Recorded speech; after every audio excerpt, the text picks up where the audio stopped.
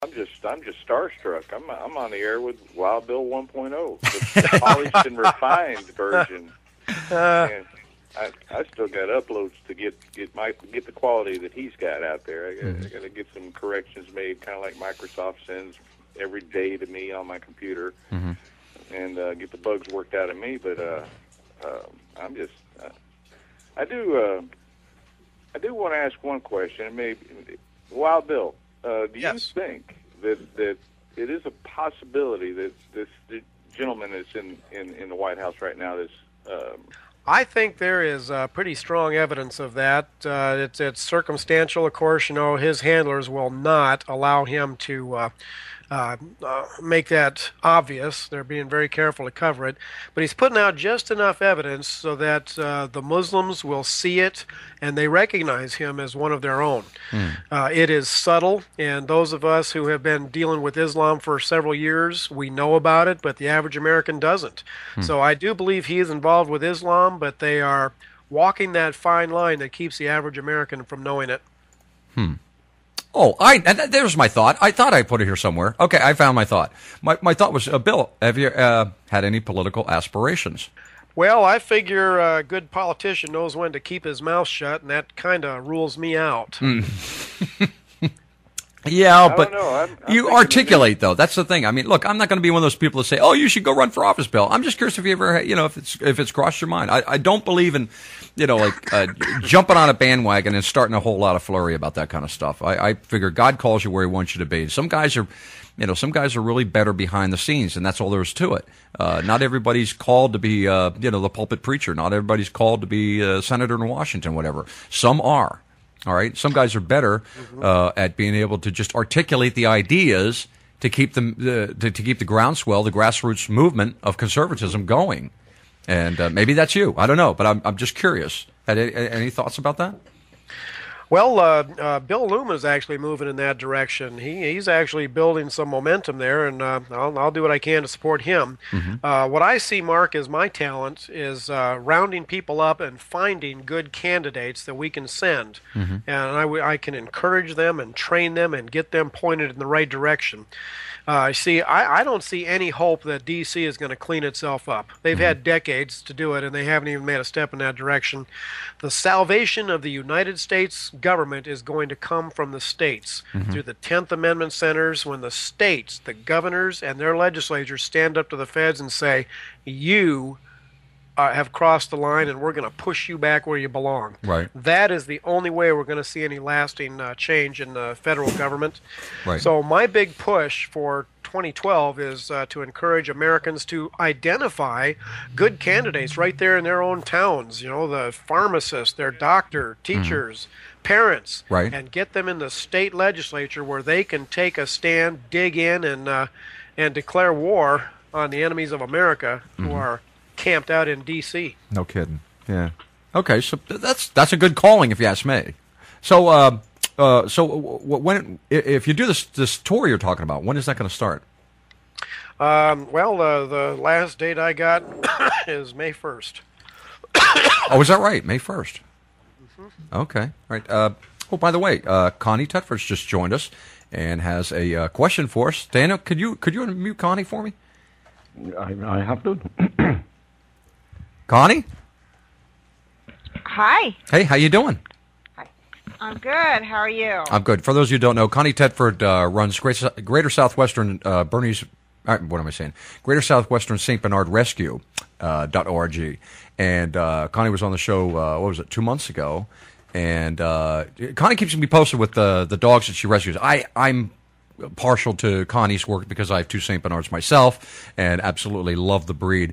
And Connie's always welcome to come and join us back here on the show. Did you have a question or something for Bill or comment? I do. I really, living in Arizona, I'm being a big proponent of Sheriff Joe, the toughest sheriff in the nation. I absolutely love him. Yeah. I know Washington absolutely hates him. Yeah. And we have a bunch of uprising going on down here with this SB 1070. And I'm just wondering, I see everything from here, from Arizona, but I I always wish I could see the bigger picture better of how everybody else perceived us, because we've been so abandoned, for instance, by Janet Napolitano, who is, the scum of the earth. She was our governor, and then she went off to Obama land, and now she tells us how safe our borders are from her view in Washington, and it outrages all of us. Mm-hmm. And I'm just kind of wondering what, Wild Bill thinks about the whole border issue and SB 1070 and what's going to be handed down through this being challenged through the Supreme Court, and the fact that Sheriff Joe has a committee now investigating Obama and his credentials. Mm-hmm. Well, I did a video called The Border Wild Bill Style, and you might get a kick out of watching that. Mm-hmm. Basically, I said we should bring our... A scare. I'm sorry, what was that? I said a kick or a scare. You'd love it. Okay. Okay. As far as I'm concerned, Afghanistan is totally corrupt, and we will never be able to establish democracy there. It's time to bring our boys home and put them down on the southern border in brand new, luxurious bases where they can do their training and patrols along our southern border, as well as turning it into, a training ground, practicing for all their drones and intercepting bad guys.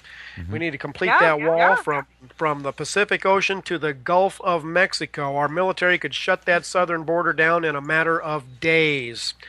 And once that border is closed, and that's what Sheriff Joe kept demanding.